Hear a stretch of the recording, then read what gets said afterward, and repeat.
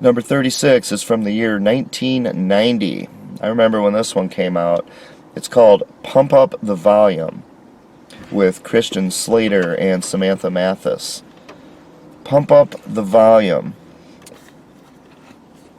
It's basically, I mean, there's a lot of things going on in this film, but one of the themes is the idea of censorship and freedom, the freedom of the airwaves, and the responsibility that comes with having that freedom as well. You know, back then you didn't have the internet, so if you wanted to broadcast to people, like I said in my video about William Cooper, when he started his Hour of the Time show, it was on amateur radio, you know, ham radio, basically. And this is about a teenager who gets his hands on a ham radio transmitter and he starts just transmitting to the world because he feels like he can't speak to anybody who's actually in the world with him. And people start listening, and he becomes kind of an anti-hero, okay? Not to give you the whole story or to ruin anything there. It's a very good movie. Again, very 80s. You can tell it's from the, even though it's 1990, but, you know, it's an 80s type movie. Very well done, and the couple reasons I want you to watch it is, first of all, the idea of censorship. Okay, we have responsibilities when we have freedom of speech, yes, but overriding that is our freedom to speak, even if we're irresponsible. If everybody's using their brain, it doesn't really matter. If I'm over here just blah, blah, blah, blah, just spitting out a bunch of stuff that is just lunacy, then all the people who are thinking would just disregard what they're saying, but they're free to say it. The problem we have today is that people are not thinking. If someone comes up and says, well, little boys are actually little girls, or any of this stupidity we're hearing, defund the police, Black Lives Matter actually cares about black people. Looting and rioting is perfectly acceptable.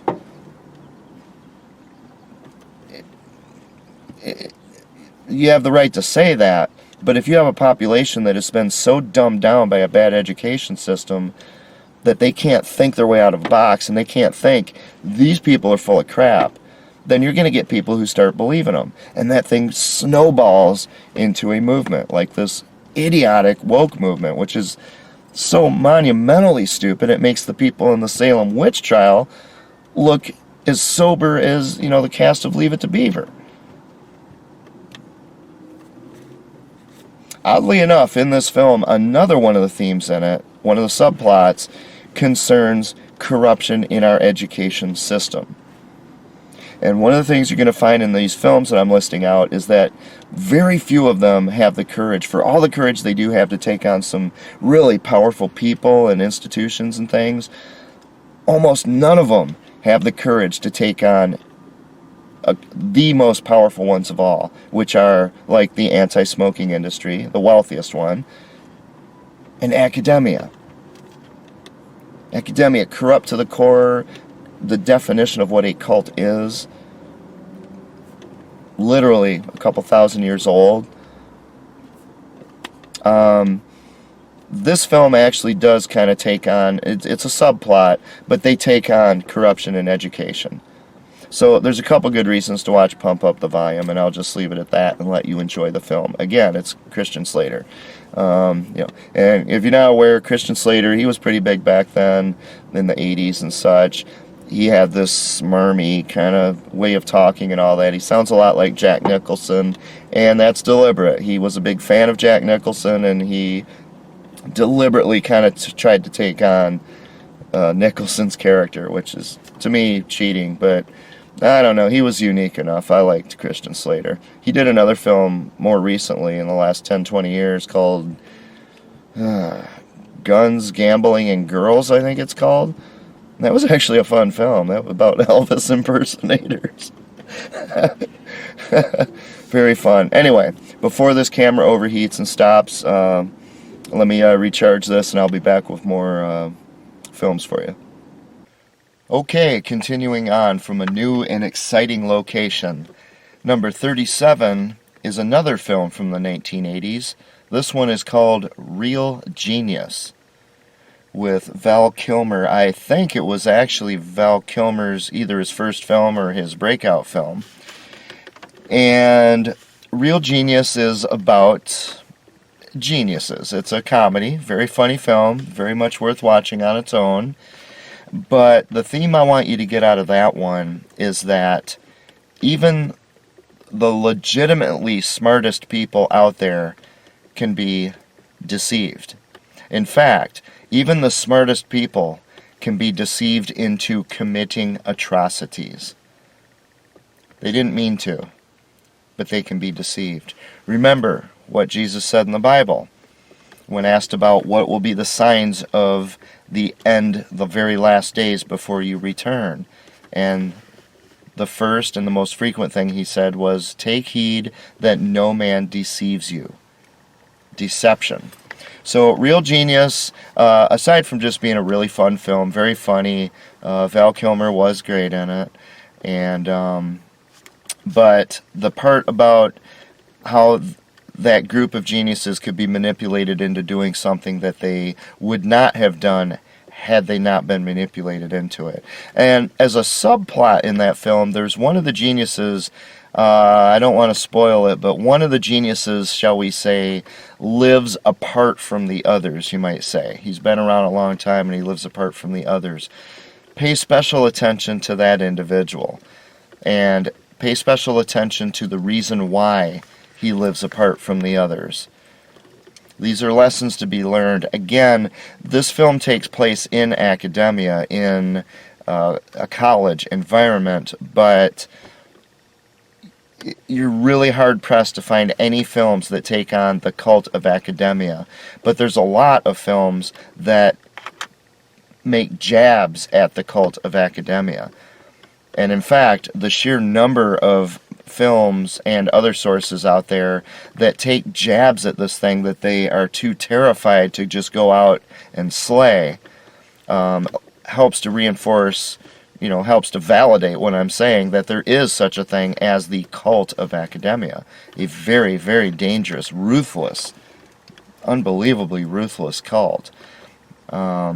You look at what Genghis Khan would do or something. Oh, I'm sorry. If you listen to NPR, Genghis Khan. But if you look at what Genghis Khan would do, just go out and just saw people into shreds.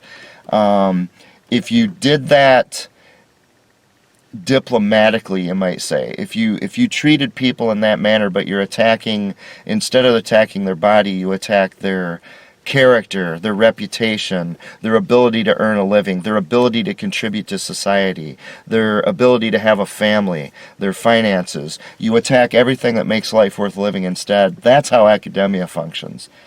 And you'll see bits and pieces of that more than most in this film, Real Genius. Number 38 is a film from 2007 from Adam Sandler. Has Adam Sandler, I hope I pronounce his name correctly because he deserves it, Don Cheadle. I hope I'm saying that correctly. And of course the ever beautiful Liv Tyler. It's called Reign Over Me. Reign as in, like a king reigns. If you haven't seen Reign Over Me, you've missed one of the best films from that era. You've probably seen The Matrix and Fight Club, things of that nature from the 90s and 2000s. Reign Over Me, to me, belongs in that list. It's I guess you might call it a psychological drama. It's definitely a drama. Based on Reign Over Me, of course, is the closing song on The Who's Quadrophenia album, which I put in the very top albums ever made. Reign Over Me is kind of the denouement of that album. But it's the conclusion, love, reign on me. Which again, I just have to point out every time because it's really sad. I have to point out that there was a time when I could sing these songs at pitch, but living in the car has destroyed my singing voice as well as so much else in my life. Thanks to the great state of Minnesota. But Reign Over Me is a film about, without giving out too many spoilers, they get to it pretty quick in the film, so I'm not spoiling. Adam Sandler plays a character whose family, his entire family, was killed in the 9/11 attacks. And when that happened, he was a dentist. When that happened, he retreated from society. He just closed everything off. Now, he financially was able to do so, so he just started kind of building his own world around himself. He just couldn't take it. He couldn't face the loss that he had suffered. Now, I relate to this character in so many ways. It is, for all the things I do here, there are times when I have a flashback to being in my home with my pets, and I see the home that I built, all the things that I used to decorate it, that in one night I had to just throw out in the trash. And when those days come up, I don't want to think about it. I do everything I can not to. It's just too painful. That's where he was. But he had shut himself off from other people. And it's a you might call it a buddy film. It's definitely a buddy film. So the friendship, where he rekindles this friendship with his old friend from dental school, Don Cheadle's character. There's so many themes to this film. It's just such a wonderful film, and everyone was great in it. But Adam Sandler, coming from a position where I actually experienced what he's merely acting as an actor who doesn't have to worry about money or living in a car or anything of the kind, he did a fantastic job. Fantastic. When I just see the nuances of how he acted this out, he's playing someone like me with the kind of loss that I suffer. Remember, when I go into the hotel for 2 days a week, for a day and a half every week I have to grab a whole bunch of stuff, fill this car, carry it all in many trips to the hotel, stay there for a day and a half, and then I have to pack everything up, bring it back to the car, take it to storage. In other words, I become homeless again every single week. Once every week, 52 times a year, I become homeless all over again when I leave that hotel. Adam Sandler, if by some chance you ever watch this film or this video, you did a fantastic job of portraying someone with that post-traumatic stress disorder kind of condition. I can certainly relate. But what I want you to get out of this, folks, in terms of it describing how society went insane, is this. With the coronavirus health scare, what was the first thing that the experts came out and said we need to do? The experts. Academia. If you think about the previous film. Academics. The doctors. The big-brained experts. First thing they thought was, well, this social species of human beings needs to cut itself off from other human beings. We need social distancing was the first thing we came up with. And what do we have? An entire planet now that is social distancing. A social species. When you distance yourself from other members of your own species in a social species, you get Adam Sandler's character in this film. I've said it before, I've said it many times. The consequences of what people like Governor Tim Walz have done to us over the last year, more than a year, they're going to manifest themselves in the future, and it is going to be really, really bad. It's going to be really bad for individuals. It's going to be terrible for society. We're not in for good things because of what they did. These are crimes against humanity. Humanity, a social species. Even if you go look up videos of guinea pigs, remember I had guinea pigs among the pets I lost? If you go look at videos of guinea pigs and you say, mistakes made with guinea pigs, or what guinea pigs need, or how to raise a guinea pig, every one of them, almost number one, if not number one on every single video is, guinea pigs are a social species. You must put them with other guinea pigs. They will just heartbreak and either vegetate or die otherwise. And for some reason, the big brain doctors think that humans are different, and they're not. Reign Over Me, a wonderful film at more levels than I can talk about here, but think about it in terms of seeing what social distancing really does for you. And hey, what do you know? The solution to his problem in the film was to not social distance and to interact with other human beings again. Who'd have thunk it? Film number 39 is from the year 1984. This was a film that was, I believe, I don't know if it was directed. I think it was either directed or produced by Michael Naismith from the Monkees. And, you know, Naismith, this is off topic, but Michael Naismith's mother, I don't know, she invented, I think, liquid paper or something, you know, I don't think it was sticky notes, but it was like liquid paper or something. So his mother made a ton of money. So when he left the Monkees, he could pretty much do anything he wanted. And he actually went into Hollywood, you know, filmmaking and such. The first film he made that I'm aware of anyway is called Repo Man, with Emilio Estevez and Harry Dean Stanton, among many others. Repo Man. If you have not seen Repo Man, wow. Remember, this goes back to this era in the early 80s where they had some of these kind of experimental films like Eating Raoul. Repo Man goes with that. Maximum Overdrive, these things.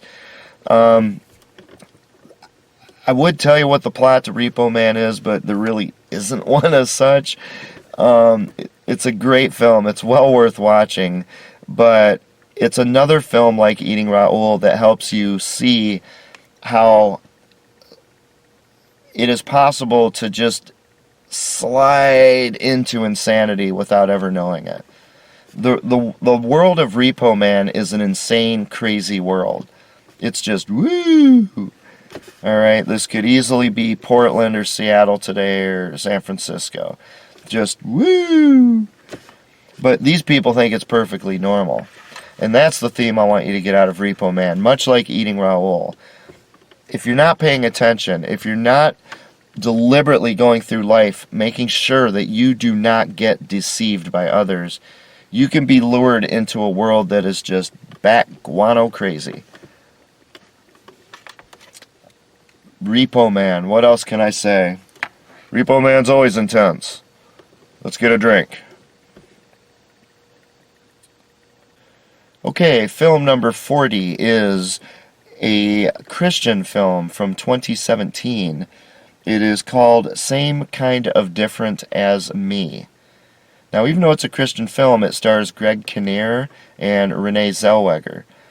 And this is a wonderful, beautiful film. It's about a very well-to-do couple who befriend a homeless man.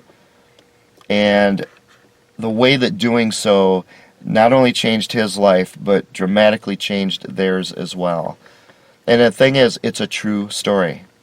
It's based on a true story. So, and if you get the DVD of it, you'll see the special features where you can see the real people in the real world that this happened with. In this case, this particular homeless man was one of those kind you would see,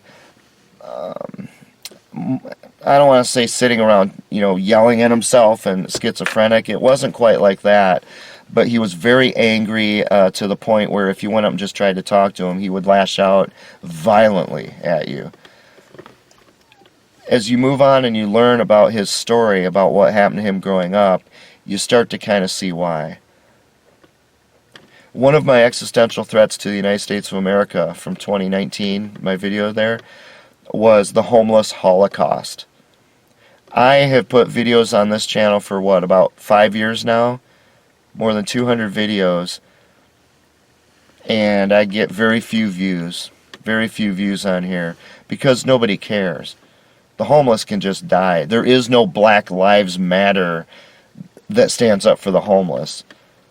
There's nothing that stands up for the homeless that is successful. Now, to their credit, there are, you know, the National Coalition for the Homeless, Invisible People, so I don't want to make it sound like there are not organizations and individuals who do. What I'm saying is that they don't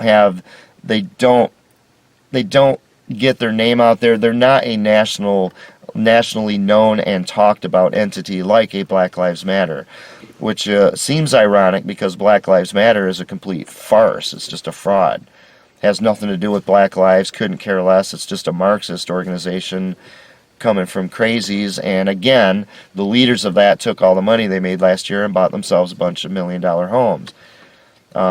Homeless advocates who are sincere don't tend to do that kind of thing. They tend to stand up for the homeless people that they are representing. Same kind of different as me. It's kind of a hard film to watch, to be honest. Even maybe it's because I'm homeless, but I would think anyone would have. It's a hard film to watch, but if you have the courage to do so, it might help you understand that homeless people are not disposable in any way, shape, or form. Each one has their own story. Each one has their own problems. Each one has their own unique solution. And in many ways, as I've said in my videos before, it's a shame that social services comes out and says, we as dictators from above, because we're better than you lousy, filthy, worthless homeless people. They don't say that, but that's the implication throughout. We from above are going to dictate to you what you have to do to get out of this mess that you got yourself into because you're just a rotten, dumb, filthy homeless person. That's essentially how social services functions. But it doesn't work, does it? Go up to a homeless person sometime, get to know them, and ask them, what do you need to get out of this? And listen to what they have to say. Granted, there's a lot of them who just don't want to get out of it. That's the lifestyle they want. But the people who want to get out of it badly, no one's ever asked me what... Well, I'm sorry, one time, asked me what I needed. It was that family that took me into their home. They asked me, what do you need? And I told them. And they addressed each and every one of those in turn. And what happened? Within a couple weeks, I was cleaned up. I was well fed. I had this job that I still have 4 years later. Everything just dramatically improved. And hey, what do you know? All they did was what I said I needed. Social services kept telling me that I need housing. I said I need a job. I need to make money. I need to be the one. I don't need to live off government welfare. I need to earn my own living. Having some kind of government prison that you call a home is not what I need. Nor is it what these other homeless people need. Same kind of different as me. You have to search online to find it probably. But again, Greg Kinnear. Renee Zellweger. Oh, another one. Renee Zellweger. Beautiful film. Beautifully done and based on a true story. Film number 41 is from the year 2009. This one stars Luke Wilson, who also starred in Idiocracy. This guy's made some really good and clever films out there that don't get the attention they deserve. As far as I know, this didn't get any attention, so I don't know. I don't think you've heard of it before, but it's called Tenure. You know, like college professors get tenure, where they can't be fired even if they're an idiot, even if they're harming their students. Tenure. The reason I put this film in here, it's a very low-key comedy film. It's not trying to make points to raise these issues as such.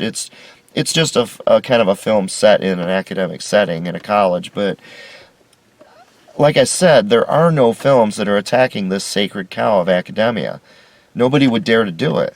Just like nobody's going to dare to take on anti-smoking. Those two cults are so powerful, you just have no idea. And in fact, they're basically part of the same cult. Now, academia's been around as a cult for centuries.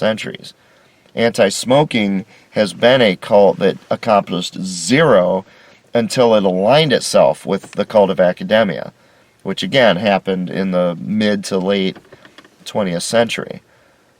They basically hijacked the cult, but in the process, anti-smoking took the science part of academia and turned it into complete nonsense. So now all we pretty much have is junk science in academia. That's thanks to anti-smoking. Watch my junk science video series for more on that. I'm not here to talk about it right now. Tenure is a very low-key comedy. There's some very hilarious moments in there.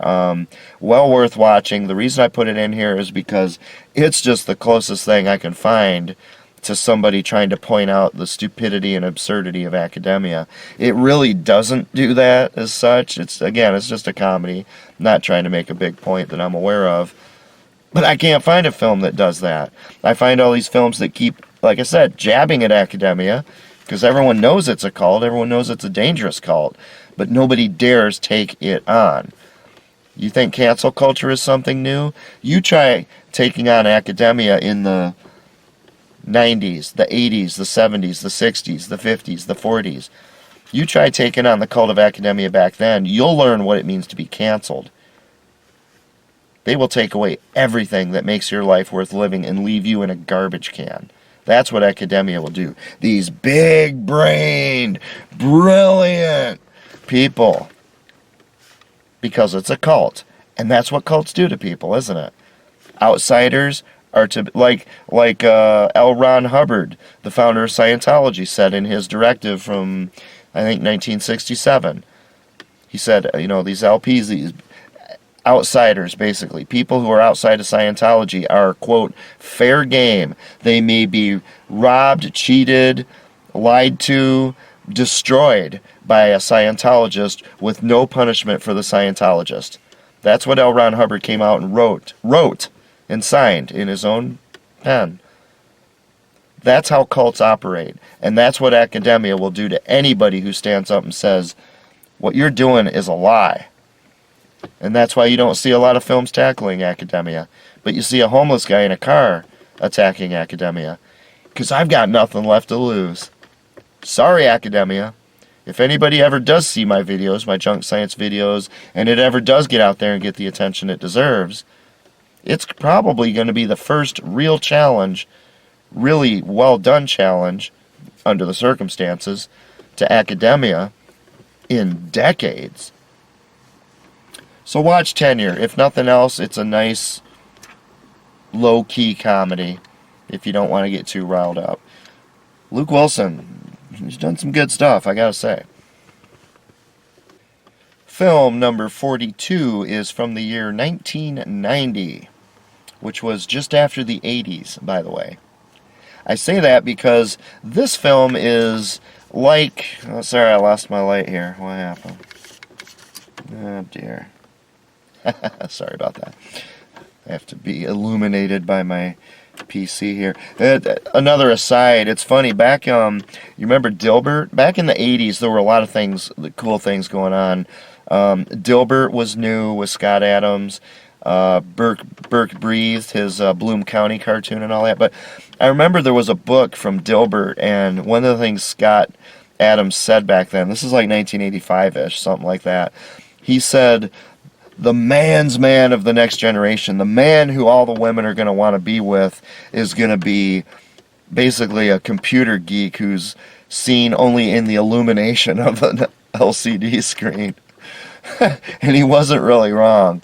The great ironworker, the great people who were going to be the kings in the 40s, 50s, and 60s and 70s, it was going to be the geeks who took over. And hey, what do you know? Bill Gates got a wife. Wow, that one hurts. That one hurts bad. I shouldn't have rode the fence. I should have went full-on geek when I was in computer science, or I should have went stud instead of trying to sit in the middle here. Moderation in all things, Anyway, I digress. The year 1990 was right after the 1980s. The 1980s were the last time that this country saw sanity. It went downhill really fast starting around 1990. The music, everything. With the so-called fall of the Soviet Union, the fall of communism, which didn't really happen, but, the Berlin Wall coming down, etc. Everything went downhill for us after that. I think that Cold War wasn't holding us together anymore, and people just went berserk. The film is called The Adventures of Ford Fairlane, Rock and Roll Detective. This had Andrew Dice Clay. This was Andrew Dice Clay's big film. Like, Rodney Dangerfield had Back to School and, Caddyshack. Well, Caddyshack was several comedians. The Adventures of Ford Fairlane, Rock and Roll Detective. Andrew Dice Clay, again, this is the 80s. the last time that we had sanity in this country, like Blazing Saddles, it is not a politically correct film. It is not a politically correct film. Andrew Dice Clay is not and was not politically correct. Bless him. Again, a film like that could not be released today without causing so many of these loony leftists to have strokes that the hospitals would be filled to overflowing and we would have a national emergency. Because these whining, moaning, crying little kids can't handle hearing somebody else say bad words or insults or something about women. So watch The Adventures of Ford Fairlane. If you want to hear the way that real people speak to each other in the real world instead of political correctness, watch The Adventures of Ford Fairlane. And remember that there was a time when Americans were, in fact, still relatively sane before the leftists took over. Remember, when anti-smoking switched from being a 500-year-old cult that had done nothing to almost instantly becoming an industry that within a decade or so became the most profitable industry on the face of the earth. The year that happened, 1988. This film was 1990. It all happened right there. I was there. I saw it, folks. My own eyes. Why is it that I say 1988 is the year that I began, that I woke up, and I mean woke up in the real sense, not this little boy is a little girl, 2 + 2 = 5 nonsense. Crazy. I mean finally seeing the world as it was, that academia is a cult. It is not a fast track to a good life. It's a fast track perhaps to living in the suburbs and having a corporate job where you're just a different kind of slave, but that's not a good life. You see, that's not a good life to live that way. The Adventures of Ford Fairlane, rock and roll detective. The rock and roll part might give you a clue. It had Wayne Newton in it. It had Priscilla Presley. Oh, Priscilla Presley. A very good cast. Just a very, very funny film. And again, like Blazing Saddles, could not be made or released today. I am kind of surprised he got away with it back then, even. Watch it and remember that before the liberal, leftist lunatics took over, we had a country that was worth living in. Wow. And for those of you who are too young to have been there to seen it, it was really nice. It was wonderful.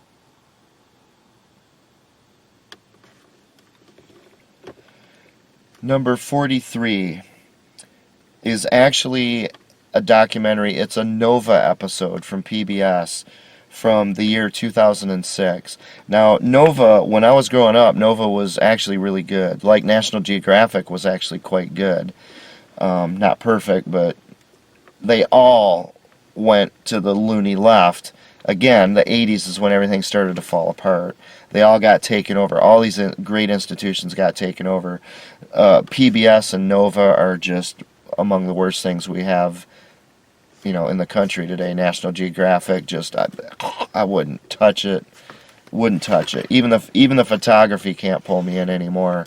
Back then, it was a different story.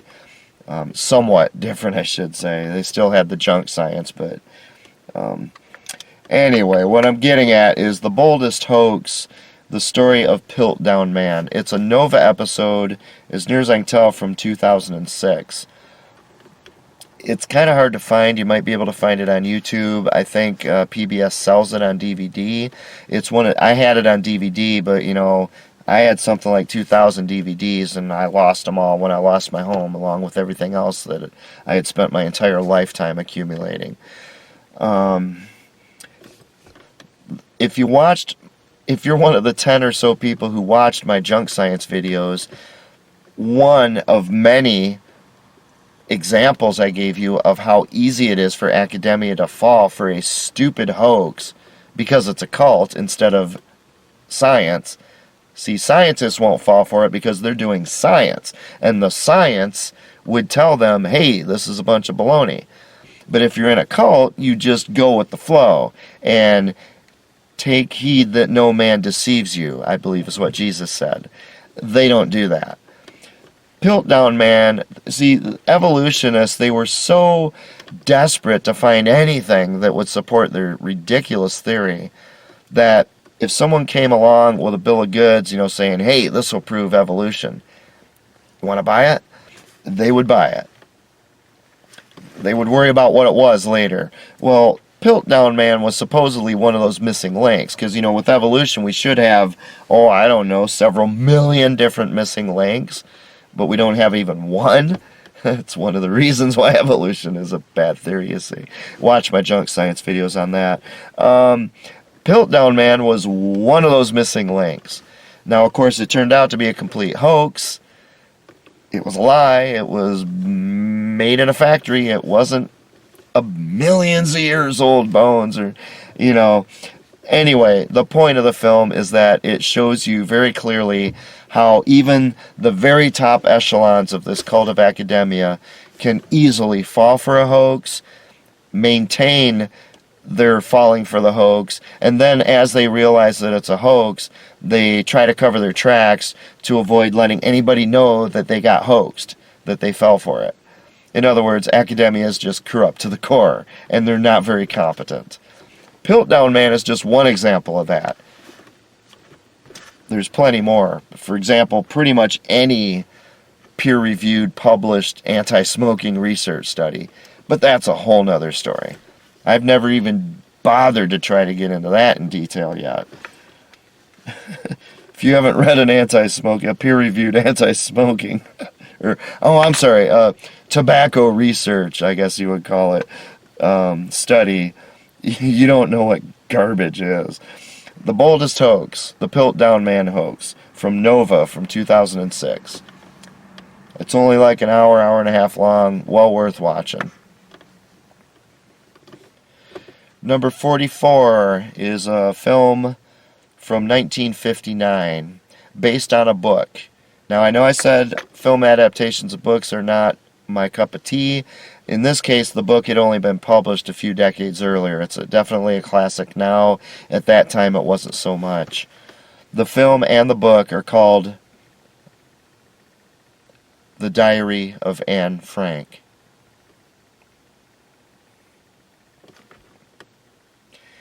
The topic of Anne Frank and the millions of Jews that she represents really touches me, and it's hard for me to talk about. When I use the phrase the homeless Holocaust, I do not take that lightly in terms of what the German Holocaust against the Jews was, or the Turkish Holocaust against the Armenians was. If you've read The Diary of Anne Frank or seen this film, you start to get a sense of what homeless people go through. Not because we go through what they go through, but the changes, the dramatic changes to our lives and the way we have to live and the way we have to interact with other people as a matter of survival becomes clear. The first 10 minutes of this film, The Diary of Anne Frank, should have you in tears. And the film ends, it literally covers the Diary of Anne Frank. It doesn't go onward to tell you what happened to their family after some good... Remember, this was in the Netherlands where they were hiding out. The great liberal bastion, leftist, liberal, smoking pot in public. They're the ones who turned in Anne Frank and her family, that young little girl, so that her family could be split up and sent to all of these death camps in Germany, and only one of them came back alive, and it wasn't Anne Frank. I would prefer that you read the book, The Diary of Anne Frank, but if you're not going to, spend a few hours watching the movie from 1959, The Diary of Anne Frank. I would urge you highly, though, after you watch the film, go and do some research on what happened to her and her family after this film ended, at the time when they were captured by the Nazis and taken away, and their family was broken up. Homeless people go through something very, very similar. They have to as a matter of survival. And the reason isn't because they changed. I didn't have to change everything I do because I changed. It's because in an instant, like a switch, people who maintain a cult mentality that homeless people are inherently inferior, rotten, it's all their fault, blah, blah, blah, blah, blah, blah, blah, blah. It's because everyone else out there suddenly changed their opinion of me, just like that. I was the same person the day after I became homeless that I had been my whole life. But everyone else's opinion of me changed. The way they treated me changed. The way they looked at me changed. The assumptions they made about me changed. And that forced me to change the way I live my life, fundamentally. That's what happened to Anne Frank and her family. It was what other people did. They changed to become Nazis. And that forced the Frank family to fundamentally change the way they live. So in a way, the Diary of Anne Frank, the relevance, the reason I'm bringing it up here is because it helps to illuminate why I call this the homeless Holocaust in America. But another reason is because when you look at who just overthrew President Donald Trump and how they did it, if you don't know your history about how the Nazis took over, and you don't understand how the Soviet Union, how they took over, you might want to do some research. Because those who do not learn from history are condemned to repeat it. We're about 4 months into this banana republic set up by the treasonous criminals who overthrew Donald Trump. You might want to see where it's headed. Watching the Diary of Anne Frank is a good start. Because, folks, we are in for some very, very dark times in the United States of America.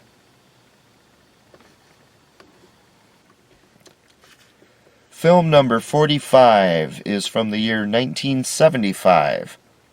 This is a really fun film, clever film. It's, well, I'll just come out and say it. It is The Man Who Would Be King. The Man Who Would Be King. Wow, what can I say? Well, let me say this. It stars Sean Connery and Michael Caine. Need I say more? Remember the film Beckett? Richard Burton and Peter O'Toole? If you know anything about great actors of the past, I think you can understand why this is a great film already. It's based on the short story, I believe, of the same name by Rudyard Kipling, The Man Who Would Be King. Now, it takes place back in, basically, well, you know, when the British Empire, the sun still never set on the British Empire. You know, back in India, in East Asia, where the British had so many colonies. If you ever wonder why those people always say, call them sir? They just always saying sir. It's like, why does every Indian person keep calling every British person sir? Well, it's mainly because you'll probably, I don't know, get a beating or get killed if you don't. That's what empires do. That's why you don't want a dictatorial empire, you see. Even in the United States of America, you don't want one. You'd really rather have a constitution. But at this time, they had the British Empire. So these two gentlemen are basically a couple of lying, cheating, conniving weasels who are looking for opportunities. They're a couple con artists.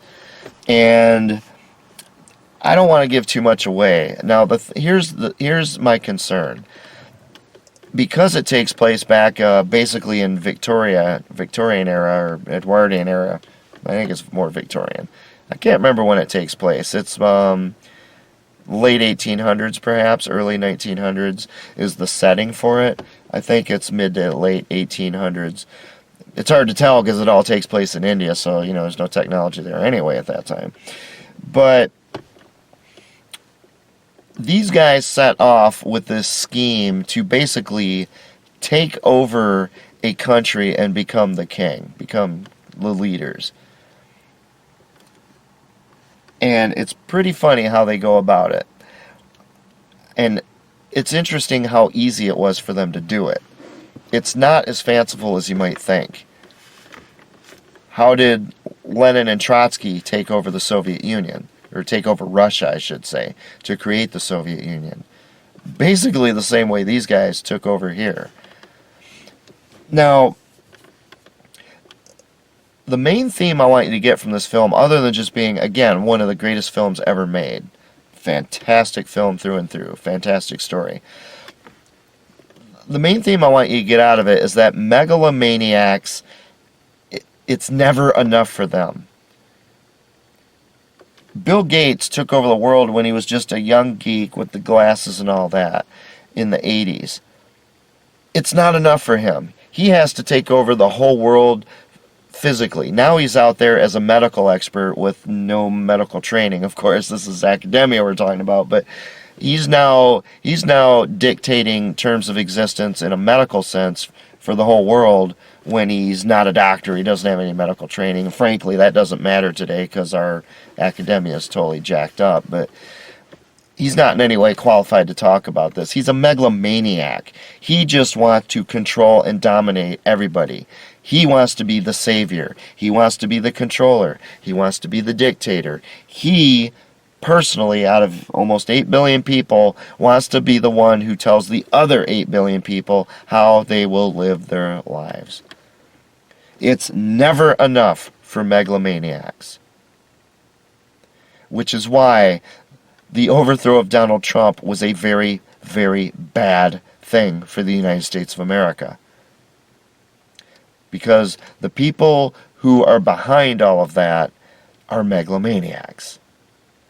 You don't understand what just happened a few months ago. This country is not only over, the people who are in it are about to experience some of the worst things. And I don't mean about to as in a few months from now. I mean, we're on a track, however long it's going to take. We are on a downward spiral toward some of the worst existences that human beings have ever had in all of history. In this country, all because of what happened a few months ago. You know, where the state of Minnesota voted, because there was no voter fraud in Minnesota. They said so themselves. They voted for Biden. No voter fraud. The people actually wanted this guy you're seeing falling down the stairs, can't say a sentence properly, doesn't know what's going on. He wants to give Iran a nuclear weapon. Minnesotans voted for this guy. No voter fraud. They literally voted for him. If you can imagine such a thing. And of course, you're not voting for Joe Biden. You're voting for Joe Biden's handlers, who are megalomaniacs. You see, this is the problem. So you can thank Minnesotans in large part, among others, but you can thank Minnesotans as being one of the very few states in the country that actually did elect Joe Biden with no voter fraud.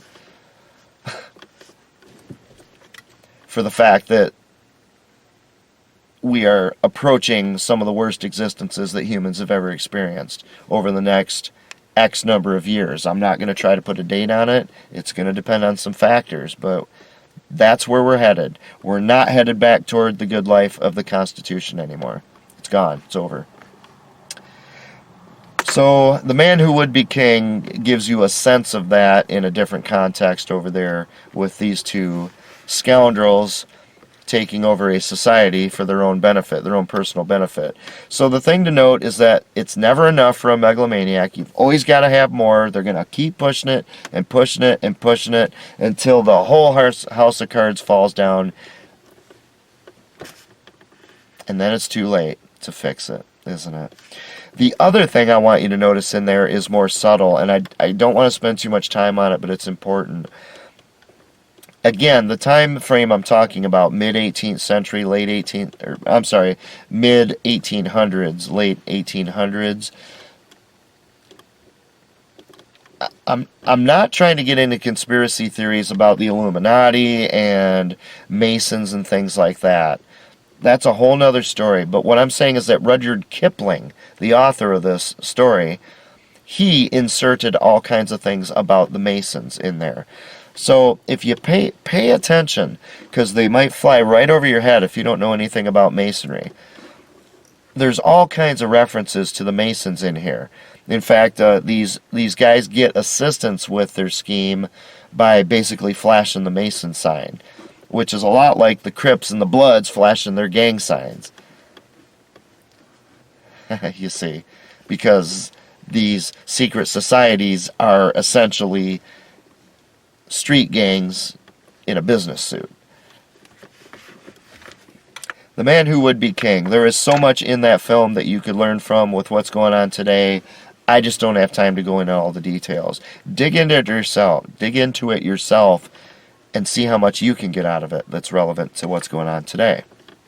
If nothing else, it is a very, very good film. Did I mention Sean Connery and Michael Caine in the same film? Wow. Wow. I would have paid money to be sweeping the floors on that set. Wow. Film number 46 is... You knew it was coming, folks, right? The Matrix. You knew it was coming. It had to be there. I mean, how could I leave it out? 1999. Keanu Reeves. A great cast, too long for me to mention. My apologies to them all. The Matrix came out of nowhere at a time when our society was just, as George Carlin called it, circling the drain in the toilet. It was just in the 90s. The music just died. The new music hero becomes a guy who kills himself and leaves behind his new baby girl.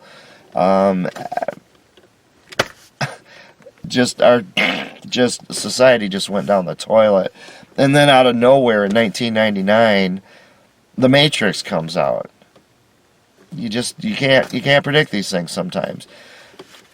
The Matrix was incredibly clever. Now granted, the other two after that were pretty bad, but the first one was brilliant.